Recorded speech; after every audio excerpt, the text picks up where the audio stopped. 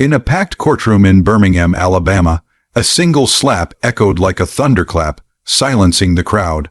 A white police officer, badge gleaming with authority, struck a black teenager across the face in front of a stunned judge, jury, and spectators. The room froze, but what happened next was even more shocking. Within minutes, that same teenager, with fire in his eyes and truth on his lips, dismantled the officer's career with words sharper than any weapon, forcing him to surrender his badge forever. From wherever you're watching, whether it's Birmingham, Alabama, London, UK, or any city across the USA or beyond, pay attention. This isn't just a story of a courtroom clash. It's a moment that exposes the raw tension between power and justice. Keep watching to see how one teenager's courage flipped the script on authority. He sat in the defendant's chair, a 17-year-old named Malik Washington, his hands cuffed, his face a mask of defiance mixed with fear. The Birmingham courtroom buzzed with the low hum of anticipation. It was a sweltering July day in 2024, and the air conditioning in the Jefferson County Courthouse barely kept up. Malik, a black teenager from a working-class neighborhood, was on trial for a minor offense, petty theft, a charge stemming from allegedly stealing a phone from a convenience store. The evidence was shaky, a blurry security camera still, and a store clerk's vague description. But the prosecution, led by a stern assistant district attorney named Margaret Hensley, pushed hard for a conviction, painting Malik as a troublemaker with a history of skipping school and minor run-ins with the law.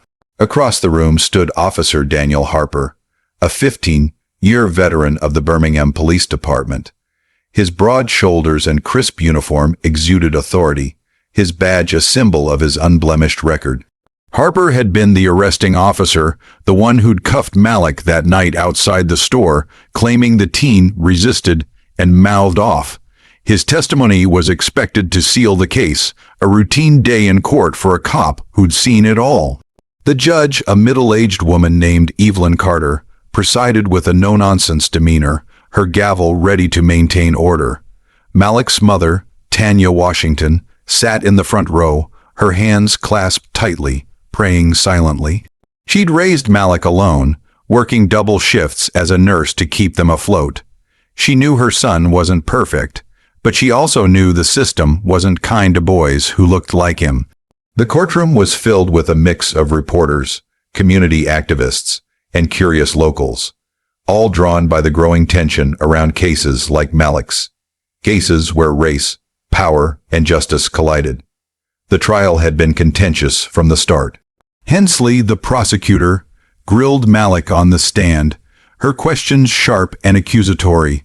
"So, Mr. Washington," she said, her voice dripping with condescension, "you expect this court to believe you just happened to be at the store when the phone went missing?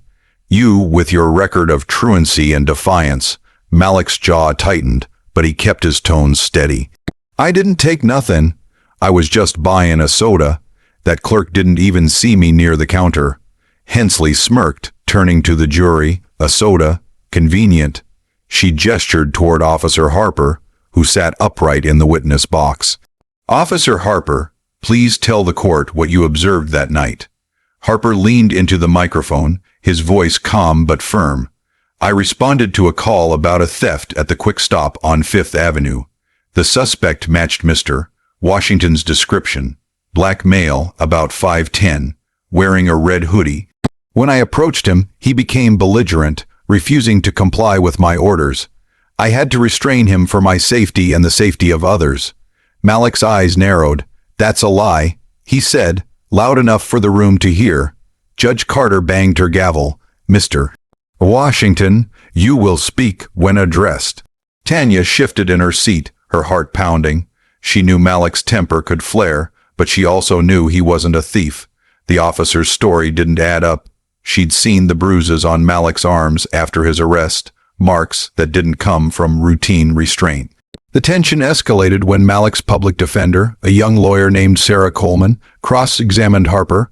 "Officer Harper," she began, her voice steady but pointed, "your report says you identified Malik based on the clerk's description. But the security footage shows no clear view of the suspect's face. How can you be certain it was my client? Harper's face reddened slightly, but he maintained his composure. I know what I saw. The kid was acting suspicious, loitering around the store. When I told him to stop, he got in my face, yelling.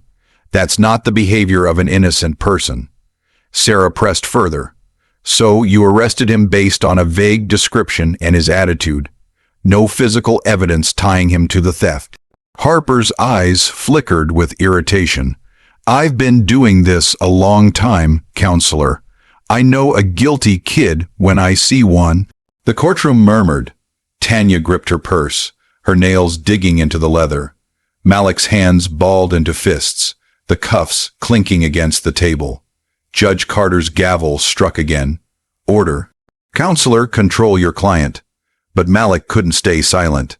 He's lying, he shouted, standing up despite the cuffs. He slammed me against the wall for no reason. I didn't do nothing. Harper shot to his feet, his face contorted with anger. You watch your mouth, boy. He barked, stepping toward Malik. The bailiff moved to intervene, but not before Harper's hand swung out, striking Malik across the cheek with a sharp, resounding slap. The courtroom gasped. Tanya cried out, no. Judge Carter slammed her gavel repeatedly, shouting, Officer Harper, stand down. Bailiff, restrain him. Malik stumbled back, his cheek stinging, but his eyes burned with defiance. The bailiff grabbed Harper's arm, pulling him away, while Sarah rushed to Malik's side. The room erupted in chaos. Reporters scribbled furiously, activists whispered in outrage, and the jury exchanged uneasy glances. Judge Carter called for an immediate recess, her face a mask of fury. The courtroom cleared, but the tension lingered like smoke. In the hallway, Tanya embraced Malik, tears streaming down her face. You okay, baby? She whispered, inspecting the red mark on his cheek. I'm fine, Ma, Malik said, his voice low but steady. But that cop, he's done this before. I heard him talking to his partner that night, bragging about roughing up kids in my neighborhood. He thinks he's untouchable. Sarah overheard, her mind racing. She'd been digging into Harper's record before the trial, suspecting he wasn't as clean as he seemed. A few colleagues had warned her about Harper's reputation. Rumors of excessive force, especially against Black and Latino teens, but no formal complaints had ever stuck. The system protected its own. Back in the courtroom, after the recess, Judge Carter addressed the room. Officer Harper, your actions were unacceptable. This court will not tolerate violence against a defendant. You will remain seated and silent unless called to testify further. Harper nodded stiffly, his jaw clenched, but Malik wasn't done. When Sarah called him back to the stand, he spoke with a clarity that belied his 17 years. Your Honor, he began, I ain't perfect. I've skipped school, got in fights, but I didn't steal that phone. Officer Harper didn't just arrest me. He beat me up that night, threw me against the wall, called me names, said he'd make sure I never saw daylight again. And I know I ain't the only one. The room was silent, every eye on Malik. He continued, his voice rising. I heard him laughing with his partner, saying how he teaches kids like me a lesson. He's been doing this for years, and everybody knows it. Ask anybody in my neighborhood. Harper's the one who's guilty. Sarah seized the moment. Your Honor, I move to introduce evidence of Officer Harper's history of misconduct. I have statements from 3 other individuals in Mr. Washington's community who claim to have been assaulted by Officer Harper during arrests, all without sufficient cause. Hensley objected, her voice sharp. This is irrelevant to the case at hand. The defendant's character, not the officer's, is on trial here. But Judge Carter's expression had shifted. Overruled, she said. I want to hear this evidence. Proceed, Ms. Coleman. Sarah presented the statements, each one detailing a similar pattern. Harper targeting young men of color, using excessive force and intimidating them into silence. One witness, a 19-year-old named Jamal Carter, described how Harper had fractured his wrist during a stop-and frisk that threatened to arrest his mother if he filed a complaint. Another, a 16-year-old girl named Keisha Brown, said Harper had slammed her against a patrol car for talking back, during a routine stop. The courtroom buzzed again, but this time the energy was different, electric, charged with the weight of truth breaking through.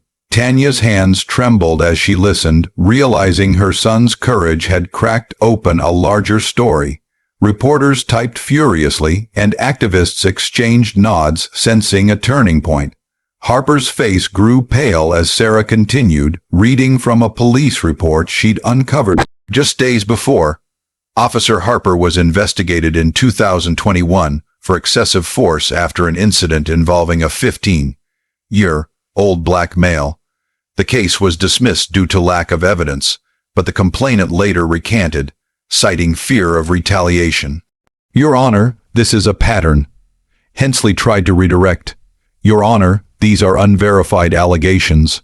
Officer Harper has served this city honorably for 15 years. This is a distraction from the defendant's crime." But Malik's voice cut through. "Ain't no crime. You got no evidence I took that phone. All you got is his word, and his word ain't worth nothing." He turned to Harper, his eyes blazing. "You think you can hit me, scare me, and get away with it? You're wrong. I ain't staying quiet." The jury leaned forward, their faces a mix of shock and intrigue. Judge Carter's expression was unreadable, but her silence spoke volumes. She called another recess, this time to review the new evidence. As the courtroom emptied, Malik's words hung in the air, a challenge to Harper's authority and the system that had shielded him. In the hallway, Sarah huddled with Tanya and Malik. "This could change everything," she said. "If the judge allows this evidence, it could not only clear Malik, but expose Harper's misconduct." Tanya nodded, her voice choked with emotion. "I just want my son safe, and I want that man to pay for what he's done." Malik looked at his mother, then at Sarah. "I ain't just doing this for me. I'm doing it for Jamal, Keisha, and everybody else he's hurt." When the court reconvened, Judge Carter's voice was grave. "After reviewing the evidence presented by the defense, I find that Officer Harper's actions in this case and others raise serious concerns about his conduct as a law enforcement officer. I am dismissing the charges against Mr. Washington due to insufficient evidence and ordering an immediate investigation into Officer Harper's history of misconduct." The courtroom erupted in gasps and murmurs. Tanya sobbed, pulling Malik into a tight embrace. Harper sat frozen, his badge suddenly heavy on his chest. Judge Carter wasn't done. "Officer Harper, you are hereby suspended from duty pending the outcome of this investigation. Hand over your badge to the bailiff."